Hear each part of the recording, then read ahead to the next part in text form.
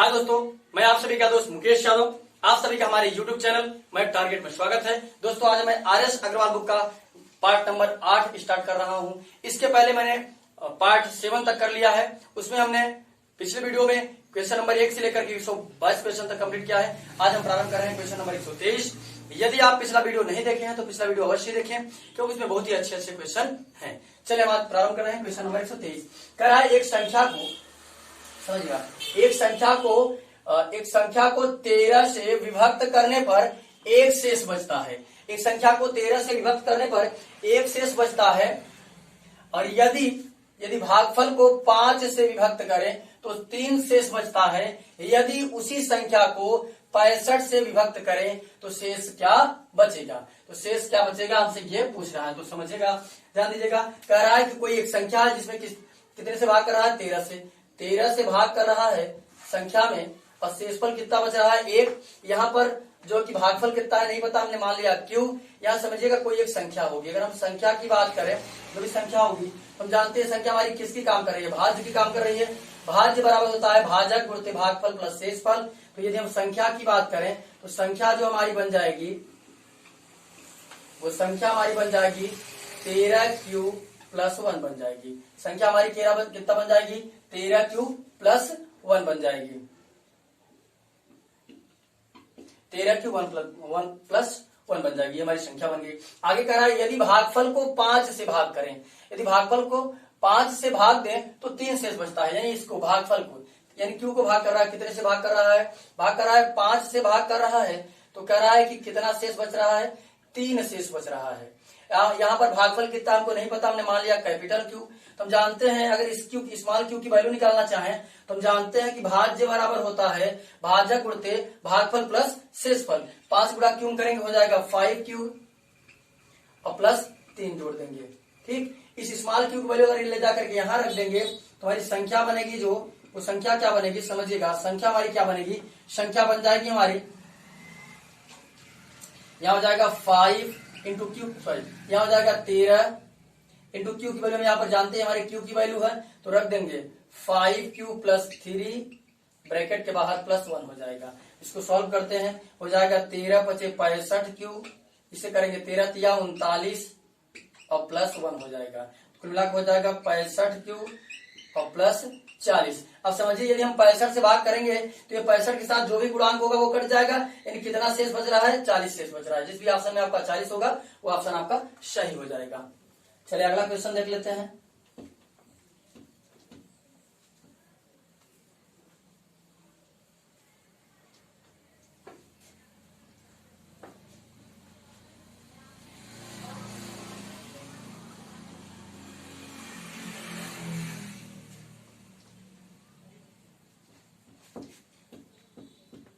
अगले क्वेश्चन की यदि हम बात करें, क्वेश्चन नंबर 124, तो कह रहा है कि किसी संख्या में 7 जोड़ने पर, समझिए क्वेश्चन नंबर 124 है, कह रहा किसी संख्या में 7 जोड़कर योगफल को 5 से गुणा करने के।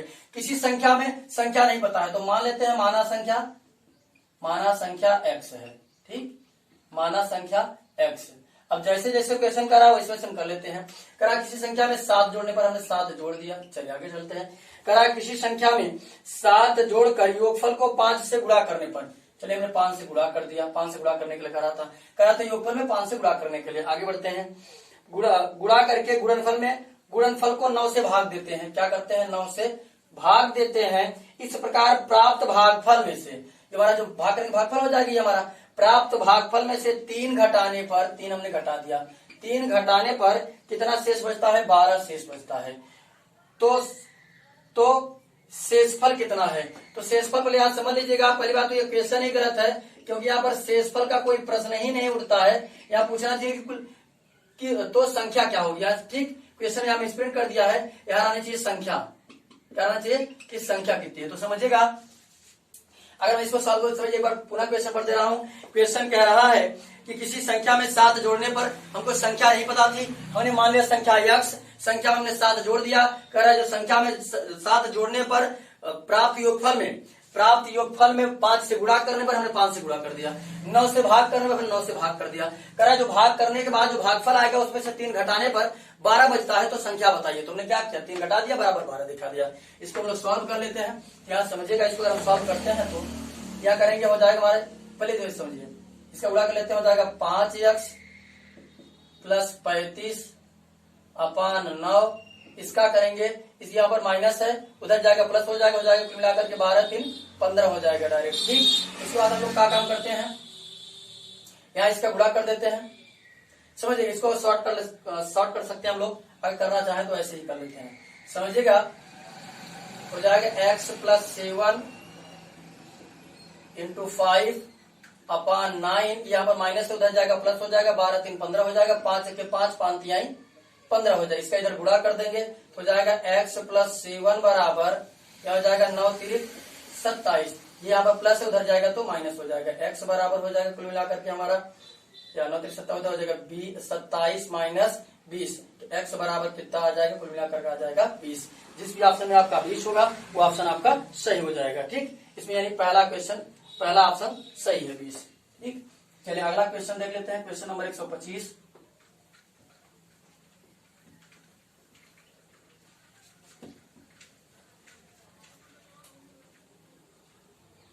एक 125 नंबर क्वेश्चन की बात करें तो कह रहा है कि किसी संख्या को 4 से भाग देने पर, समझिएगा, किसी संख्या को 4 से भाग देने पर, मान लेते हैं कोई संख्या रही होगी x, ठीक, संख्या है x, 4 से भाग करने पर, 4 से भाग देने पर शेषफल 2 प्राप्त होता है। शेषफल कितना होता है, 2 होता है।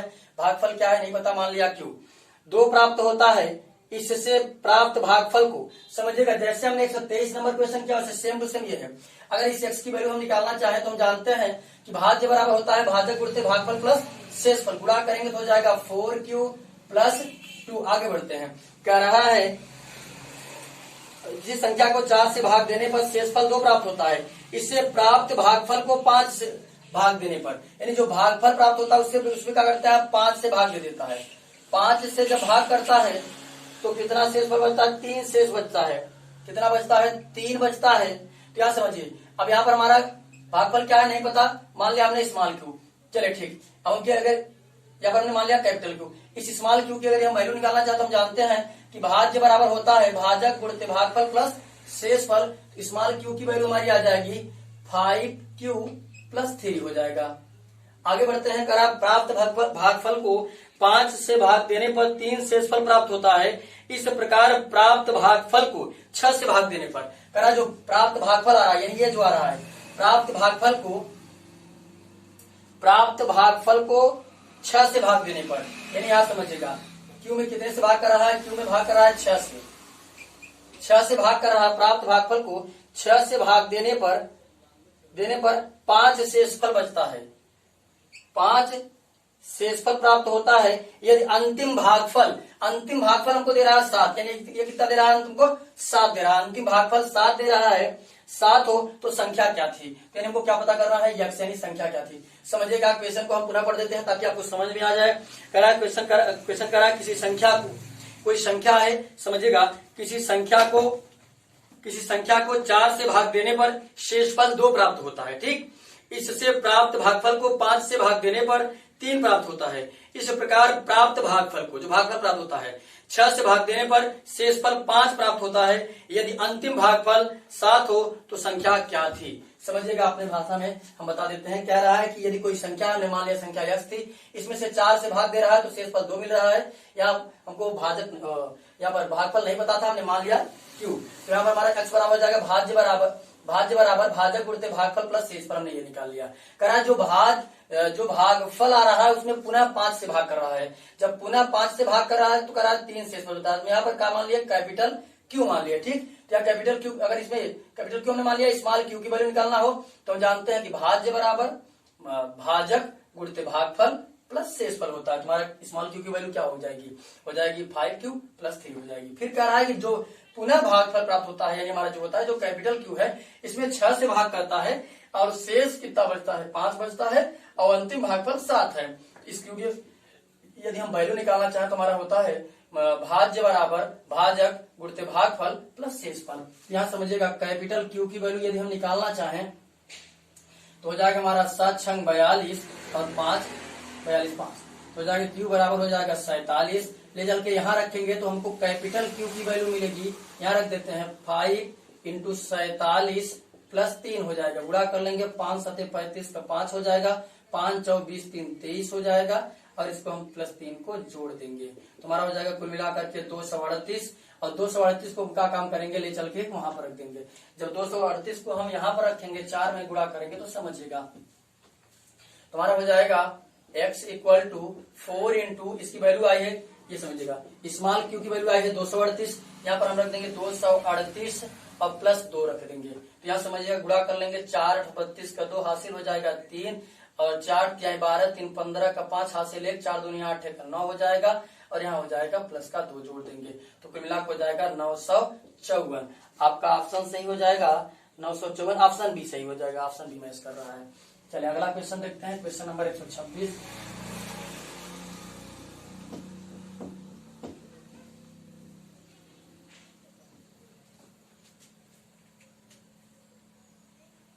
एक 126 नंबर क्वेश्चन की बात करें तो कह रहा है कि 4 प्राकृतिक संख्याएं इस प्रकार हैं कि उन्हें 3-3 करके जोड़ने पर योगफल 180, 197, 208 तथा 222 प्राप्त होता है। इन संख्याओं का माध्य कितना है? यही समझिएगा, कह रहा है कि 4 संख्याएं हैं, 4 संख्याएं उनको 3-3 करके जोड़ रहे हैं हम, तो कितना प्राप्त हो रहा है बारी बारी से हमको दे रहा है। समझिएगा, कह रहा है 4 संख्या है, ठीक, यहाँ समझिएगा 4 संख्या ने मान लिया A, B, C और D है। आगे चलते हैं, क्वेश्चन देखिए क्या कर रहा है।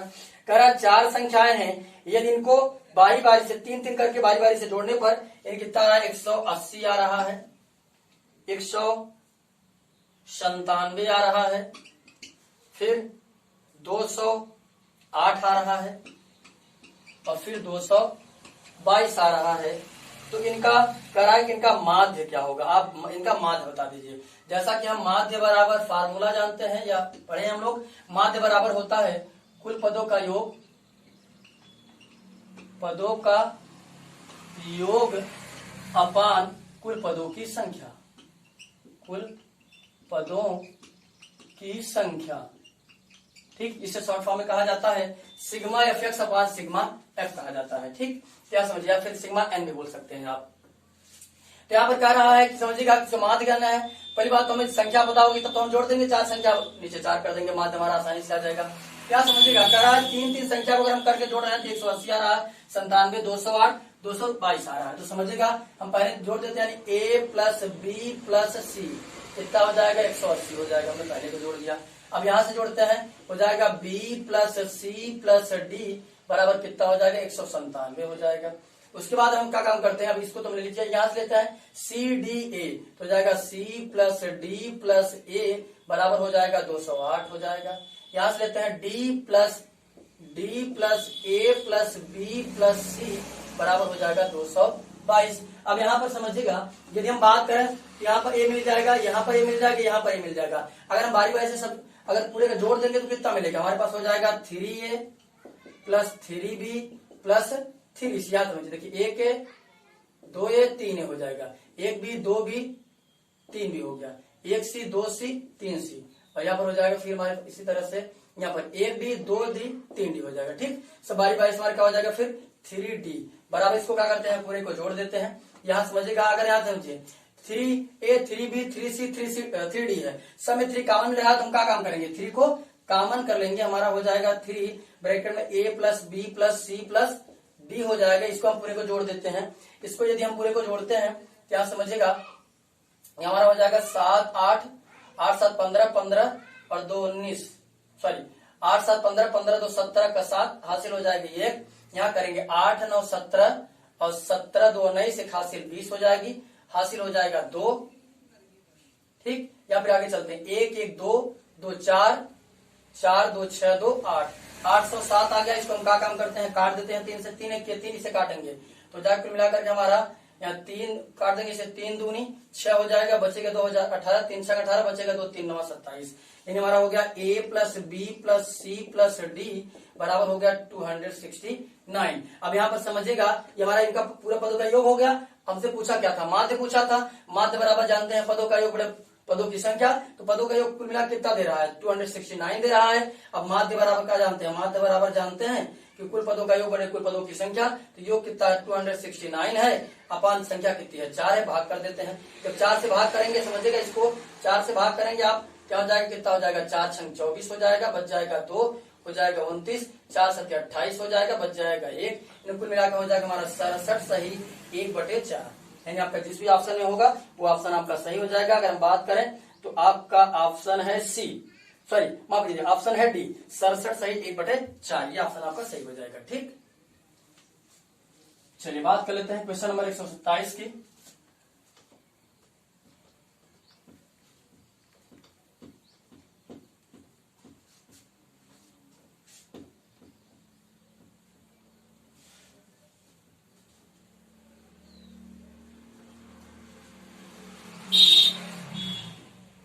एक 127 नंबर क्वेश्चन देख लेते हैं। 127 नंबर क्वेश्चन की बात करें, कह रहा 3 अंकों वाली एक संख्या है जो 4a3 है, 3 अंकों वाली, समझिएगा 3 अंकों की एक संख्या दिया है 4a3 दिया है। आगे कह रहा है कि 3 अंकों वाली एक संख्या को 3 अंकों वाली दूसरी संख्या 984 में जोड़ने पर, हाँ दूसरी संख्या 984 में जोड़ने पर 4 अंकों वाली, करा इसको समझिएगा 4a3 में यदि 984 को जोड़ दे रहा है तो 4 अंकों की एक संख्या प्राप्त हो जा रही है, कुल मिलाकर के 13 20 7 प्राप्त हो जा रही है, तो प्राप्त होती है जो 11 से भाज्य है, जो 11 से पूर्णतः भाज्य है, यानी कट जा रही है। तो समझिएगा यहाँ पर समझिए, कह रहा है क्वेश्चन को पुनः हम लोग समझते हैं अपनी भाषा में। कह रहा है कि एक संख्या 3 अंकों, एक संख्या है 4a3 है, ये 4a3 है, और 3 अंकों की एक और संख्या जिसमें हम जोड़ देते हैं कितना 984 को जोड़ देते हैं तो हमें 4 अंकों की एक संख्या प्राप्त हो जाती है 13 20 7, जो 11 से पूर्णतः विभाज्य है। पूर्णतः क्या है, विभाज्य है, भाज्य है। तो आपको क्या करना है, तो 3a + 4b यानी 3a + 4b का मान बताना है। ठीक, 3a + 4b कितना होगा, हमें इसी का मान बताना है। समझिए यहाँ पर कह रहा है 11 से, ये जो संख्या 4 अंकों की प्राप्त होती है ये 11 से पूर्णतः भाज्य है। तो जो 11 से कट रहे तो 11 की विभाज्यता के लिए हम जानते हैं कि विषम स्थानों का योग माइनस सम स्थानों का योग, या तो 0 आना चाहिए या तो फिर 11 आना चाहिए। इससे रिलेटेड हमने ढेर सारे क्वेश्चन इसके पहले वाले पार्ट में किया है, ढेर सारे पिछले वीडियो हमारे पड़े हुए हैं, आप हमारे YouTube चैनल पर देख सकते हैं। यदि आप अच्छा नॉलेज लेना चाहते हैं, तो यदि आप इस तरह से करना 11 की डिवाइजिबिलिटी सीखना चाहते हैं और इस तरह का क्वेश्चन करना चाहते हैं तो पिछला वीडियो अवश्य ही देखें। ठीक, ढेर सारे क्वेश्चन इस टाइप के किए हैं। तो यहाँ समझिएगा 11 की विभाज्यता करने हम लोग जानते हैं कि विषम स्थानों का योग माइनस सम स्थानों का योग, या तो 0 आए या तो 11 का गुणा जाए, तो हम क्या काउंट कर देते हैं। यहाँ समझिएगा 1 + b - 7 3 10 बराबर कितना आना चाहिए, 0 आना चाहिए। तो समझिएगा -10 में से 1 घट जाए, कितना हो जाएगा, b - 9 बराबर 0, तो b बराबर कितना आ गया, 9 आ गया।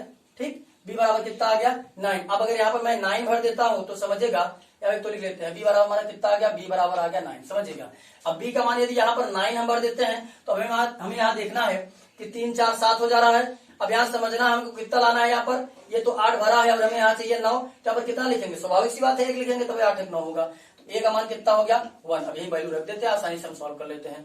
3 × a का मान 1 है प्लस 4 × b का मान 9 है, सॉल्व करेंगे इसको हम तो हो जाएगा 3 + 4 9 36 और जोड़ देंगे तो 39 हो जाएगा। जिस भी ऑप्शन में आपका 39 होगा वो ऑप्शन आपका सही हो जाएगा। ठीक, चलिए देख लेते हैं क्वेश्चन नंबर 128। अब क्वेश्चन नंबर 128 देख लेते हैं।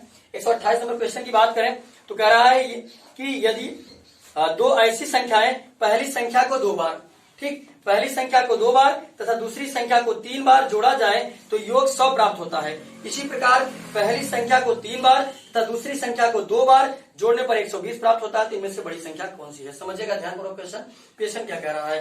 कह रहा है कि 2 संख्याएं हैं, तो मान लेते हैं, माना पहली संख्या A और दूसरी संख्या को हमने मान लिया B। समझिएगा क्वेश्चन क्या कह रहा है, 2 ऐसी संख्याएं कि पहली संख्या को 2 बार, पहली संख्या को 2 बार यानी a + a, फिर प्लस समझिएगा, दूसरी संख्या को 3 बार यानी b + b + b कर रहा है। तो कह रहा है जोड़ा जाए तो कितना प्राप्त होता है, 100 प्राप्त होता है। यानी आप समझ सकते हैं यहाँ पर एक, यहाँ पर 2 बार a है, यहाँ पर 3 बार b है, तो हम लिख सकते हैं 2a + 3b बराबर कितना दे रहा है, 100 दे रहा है। आगे चलते हैं, समझते हैं। फिर इसी में कह रहा है कि आगे कह रहा है इसी प्रकार पहली संख्या को 3 बार, पहली संख्या को 3 बार यानी a प्लस a करेगा तो कितना हो जाएगा, 3a हो जाएगा, 3a प्लस दूसरी संख्या को कह रहा है, यार समझिएगा, दूसरी संख्या को 2 बार यानी यहाँ करेगा b प्लस b करेगा तो कई भी हो जाएगा, 2b हो जाएगा। 2b करा बराबर 120 प्राप्त होता है। तो बताइएगा इनमें से बड़ी संख्या कौन है, बड़ी a है अथवा b है, ये हमसे पूछ रहा है। चलिए हम लोग समझते हैं। यहाँ पर समझिएगा एक इक्वेशन हमारा यहाँ प्राप्त है, दूसरा इक्वेशन हमको यहाँ प्राप्त है। यहाँ समझिएगा अगर मैं यहाँ पर इसमें 3 से गुणा कर दूं, इसमें मैं क्या करूं, 3 से गुणा कर देता हूं, ठीक, इसमें 3 से गुणा कर दूं और इसमें 2 से गुणा कर दूं, समझिएगा हो जाएगा 3 दूनी 6, हो जाएगा 2 तिहाई 6 और घटा ले तो क्या हो जाएगा, कट जाएगा। यहाँ पर हम लिखेंगे समीकरण एक में 3 से और समीकरण 2 में 2 से गुणा करके प्राप्त समीकरण को घटाने पर, मैं इसमें कितने से गुणा कर रहा हूँ, 3 से कर रहा हूँ तो हो जाएगा 3 दूनी 6a, यहाँ करेंगे 3 त्रिका 9b, यहाँ करेंगे तो हो जाएगा 300। इसमें कर रहे हैं 2 से तो हो जाएगा 2 तिहाई 6a, इसमें करेंगे 2 दूना 4b, यहाँ करेंगे 10 से कर रहे हैं तो 12 दूना 24 यानी 240 हो जाएगा। घटा रहे हैं, घटाने पर साइन अपोजिट हो जाता है, ये प्लस था तो माइनस, ये प्लस था तो माइनस, ये प्लस था तो माइनस, ये प्लस माइनस कट जाएगा, 9b में से 4b घट जाएगा, 5b हो जाएगा, यहाँ हो जाएगा 60 हो जाएगा। समझिएगा 5 के 5 पर हमें 60 हो जाएगा। b की वैल्यू कितनी आ गई, 12 आ गई। b की वैल्यू अगर हम उठाकर ले जाकर कहाँ भी रख देते हैं, किसी भी समीकरण में रख देते हैं, चाहे समीकरण 1 में चाहे समीकरण 2 में। यहाँ पर अगर b का मान रखते हैं तो स्टार्टिंग माने क्या थे, माने थे 2a प्लस 3b बराबर हमको 100 था इक्वेशन, यहाँ b का मान रख देते हैं तो हमारा हो जाएगा 2a प्लस 3 इंटू b का मान 12 बराबर 100 हो जाएगा। तो समझिए यहाँ पर हमारा हो जाएगा 2a बराबर 12 तिहाई 36 और 36 उधर ले जाएंगे तो हो जाएगा 100 माइनस 36, घटा देंगे तो 2a बराबर हो जाएगा हमारा 10 में से 6 जाएगा 4, 9 में से 3 जाएगा 6, 64 2 1 के 2, 32 दूना 64 हो जाएगा। a की वैल्यू आ जाएगी 32। तो बड़ा कौन है, a बड़ा है, ठीक, छोटा है और ये बड़ा है। बड़ी संख्या हमसे पूछ रहा था, बड़ी संख्या क्या है, 32, ठीक। इसमें ऑप्शन दिया क्या, बड़ी संख्या 32। हमने क्या माना था, ए माना था, ए का मान बढ़ा रहा है, बड़ी संख्या क्या हो गई 32 हो गई और छोटी संख्या क्या हो गई 12 हो गई, ठीक। तो हमसे बड़ी संख्या पूछा तो कुल मिलाकर 32 हो जाएगा। चलिए हम क्वेश्चन नंबर देख लेते हैं। क्वेश्चन नंबर 129, क्वेश्चन नंबर 129 कह रहा है जब एक विद्यालय के सभी छात्रों को 54 छात्रों की पंक्तियों में खड़ा किया जाता है तो 30 पंक्तियां बनती है। यदि इन्हें 45 छात्रों वाली पंक्तियों में खड़ा किया जाए तो ऐसी कितनी पंक्तियां बनेंगी। समझिएगा क्वेश्चन क्या कर रहा है, क्वेश्चन कह रहा है कि यदि कोई विद्यालय के छात्र हैं जिन्हें अगर खड़ा किया जाता है 54 विद्यार्थी वाली लाइन में, ठीक, यानी एक लाइन में कितने विद्यार्थी हैं, 54 विद्यार्थी हैं, अगर खड़ा किया जाता है इस तरह का 30 लाइन बनती है, यानी 54 विद्यार्थी लाइन में है तो कितनी पंक्तियां बनती हैं, 30 पंक्तियां बनती हैं। अब कह रहा है कि यदि 45 छात्रों वाली पंक्तियों में विद्यार्थियों को खड़ा किया जाए तो कितनी पंक्तियां बनेंगी। यदि अब इसमें एक लाइन में कितने विद्यार्थी हैं, 45, तो कुल मिलाकर क्या करना है, इनका गुणा कर लेना है और 45 से भाग कर देना, आसानी से हमारी पंक्तियां आ जाएंगी। तो समझिएगा यहाँ हो जाएगा 54 गुणते 30 अपान 45 हो जाएगा। हम लोग इसको काट लेते हैं, काटेंगे 9 6 का 54 होता है, 9 5 45 होता है, तो 5 के 5 होता है, 5 6 30 होता है, 6 6 के 36, यानी 36 पंक्तियां कुल मिलाकर के बनेंगी जब 45 विद्यार्थी एक लाइन में खड़े करेंगे तब, ठीक। आपका इसे सही हो जाएगा। चलिए अगला क्वेश्चन नंबर देते हैं, क्वेश्चन नंबर 130।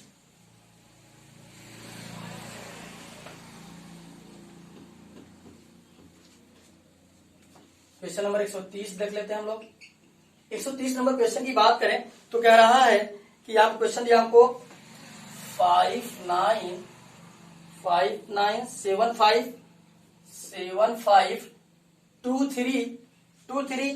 में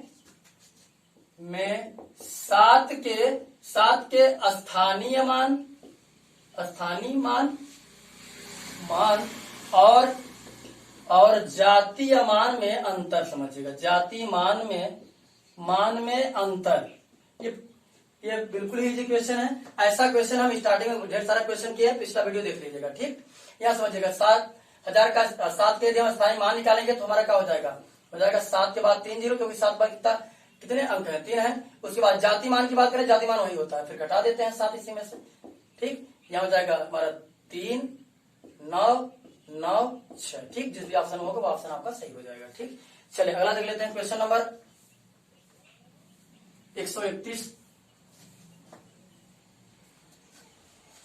131 नंबर क्वेश्चन की बात करें तो 131 नंबर क्वेश्चन कह रहा है कि 64 71 35 64 71 35 में 7 तथा